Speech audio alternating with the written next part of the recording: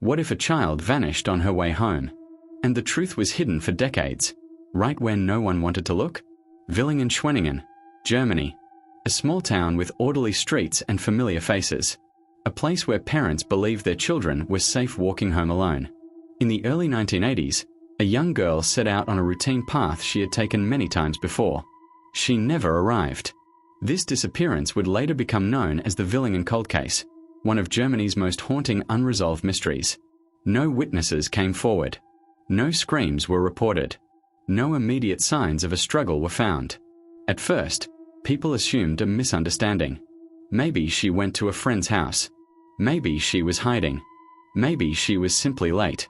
But as hours passed, panic set in. Police searches began immediately. Neighborhoods, fields, and wooded areas were combed. Posters went up. Volunteers joined in. The town held its breath. Nothing was found. No clothing. No belongings. No trace. The route was familiar. The timing made sense. There was no obvious danger zone, which meant one terrifying possibility stood out early. Someone saw an opportunity. Someone who knew the area. Someone who blended in. As the search intensified, optimism began to fade. Police retraced the route again and again. Dogs followed scent trails that vanished abruptly, right in the middle of familiar streets. It was as if the child had disappeared into thin air. Witnesses came forward, but their accounts conflicted. Some mentioned a child speaking with an adult. Others recalled a slowing car. A few thought they heard shouting, but weren't sure. None of it was solid enough to act on. Investigators considered an opportunistic abduction early on. The route was predictable. The timing was perfect. In a town like Villingen-Schwenningen, familiarity created trust and vulnerability. The community felt it immediately. Parents stopped letting children walk alone. Schools issued warnings. Suspicion crept into everyday life. But leads dried up quickly. No ransom demand. No confirmed sightings. No physical evidence tying the disappearance to a specific person. Days turned into weeks. Weeks into months. Hope didn't disappear. It changed. It became quieter. More fragile. As time passed, the investigation lost momentum, and the consequences became permanent. Tips were logged, then buried. Witness statements contradicted each other. Without physical evidence to anchor the timeline, investigators relied on memory, already fading.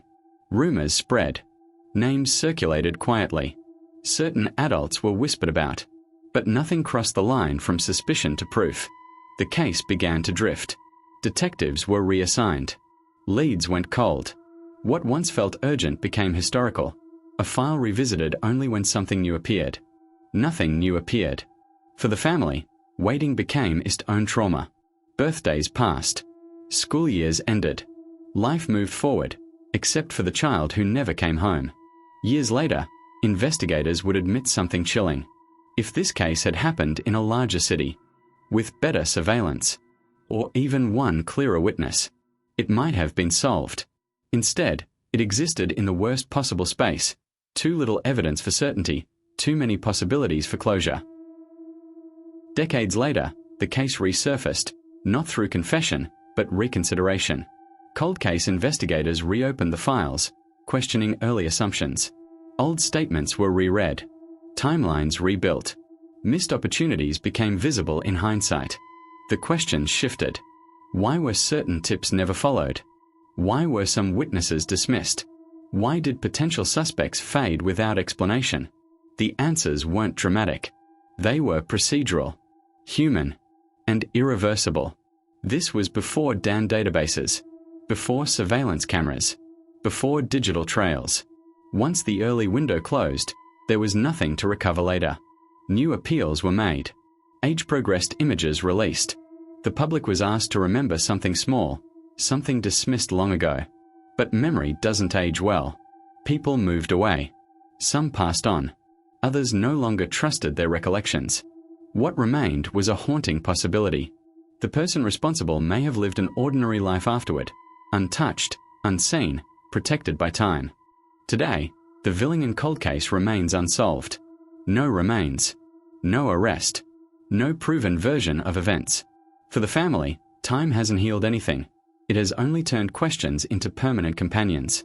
For investigators, the case stands as a quiet failure, not from lack of care, but from a moment that slipped away. The town changed. Parents grew cautious. Trust became conditional. A single disappearance reshaped how safety was understood. What makes this case so unsettling is its simplicity. No spectacle. No confirmed violence. No clear suspect. Just a child who vanished on a familiar route. And a truth that never resurfaced. Some mysteries aren't hidden by complexity, but by silence, timing, and ordinary surroundings.